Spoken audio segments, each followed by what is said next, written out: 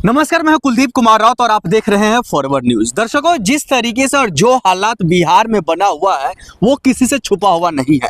हमारे साथी सहयोगी आसिफ का रिपोर्ट आपने देखा होगा, जो किस तरीके से समस्तीपुर में कई ऐसे जो जहां पर पोलिंग बूथ है वहां पर धांधली सामने आया है। हमने अपने फॉरवर्ड न्यूज के माध्यम से आप तक पहुंचाया है, लेकिन उसके बावजूद भी इलेक्शन कमीशन आगे का कार्रवाई क्यों नहीं कर रहे हैं। इससे पहले हम आपको एक जो वीडियो हम अपने चैनल के माध्यम से आपको दिखाए थे, जो चुनाव से पोलिंग से और वोटिंग से महज कुछ घंटे पहले अलीनगर विधानसभा क्षेत्र जो दरभंगा जिला के अंतर्गत आते हैं, वहां की प्रत्याशी एनडीए की जो है मैथिली ठाकुर एक वीडियो जारी करके वो ये कहते हुए दिखाई दे रही है, जो अगर आपको इस क्षेत्र को अगर मजबूत करना है, इस क्षेत्र को आगे बढ़ाना है तो आप वोट कीजिए।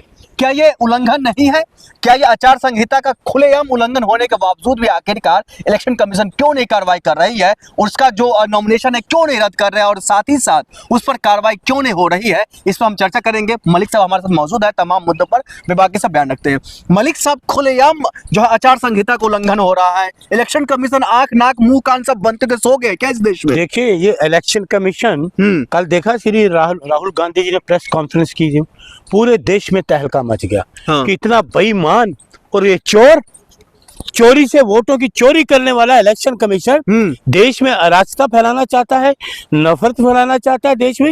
ये इलेक्शन कमीशन चोरी से वोट करके देश के प्रधानमंत्री को बनाया हुआ है, गृह मंत्री को बनाया हुआ है।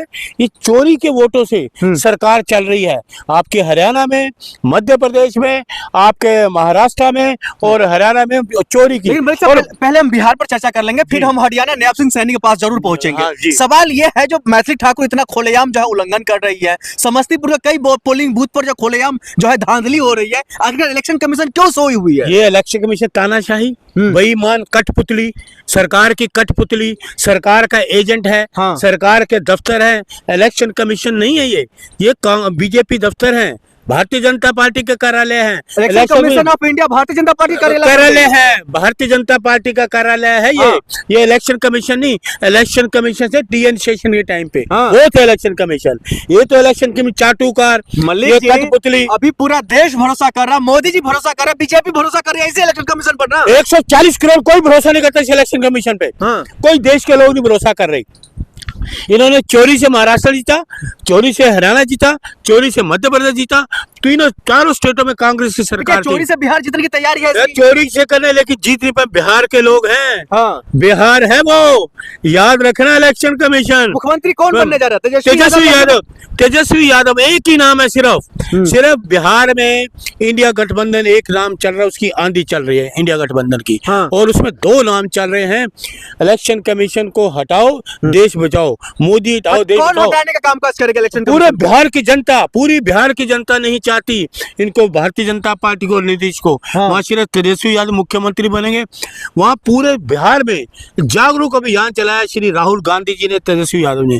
पूरे बिहार के लोग जो हैं उन पे विश्वास करते हैं। किन पे?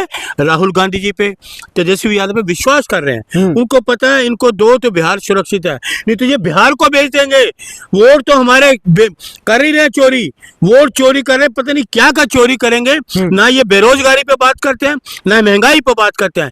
इन पे बात नहीं कर, सिर्फ हिंदू मुसलमान इसी पे ये बात करेंगे। वहीं पर अगर देखें तो अगर इंडिया अलायंस का कोई भी कैंडिडेट हो या कोई भी कार्यकर्ता हो या कोई भी नेता हो, अगर कोई भी किसी भी छोटा से छोटा उल्लंघन हो जाता है तो कार्रवाई हो जाती है, जेल पहुंच जाते हैं। लेकिन एनडीए के खुलेआम उल्लंघन कर रहे हैं, कोई कार्रवाई नहीं हो रही है। देखिए, आपकी बात को मैं आगे बढ़ाता हूँ। हम कांग्रेस के लोग हैं या आरजेडी के लोग हैं या दूसरे हमारे इंडिया गठबंधन के लोग हैं, हम संविधान को मानने वाले चलते हैं। क्योंकि राहुल गांधी जी ने अपने हाथ में संविधान लेके लोगों को बताया था इसकी हमने रक्षा करनी है, संविधान की रक्षा। हम संविधान के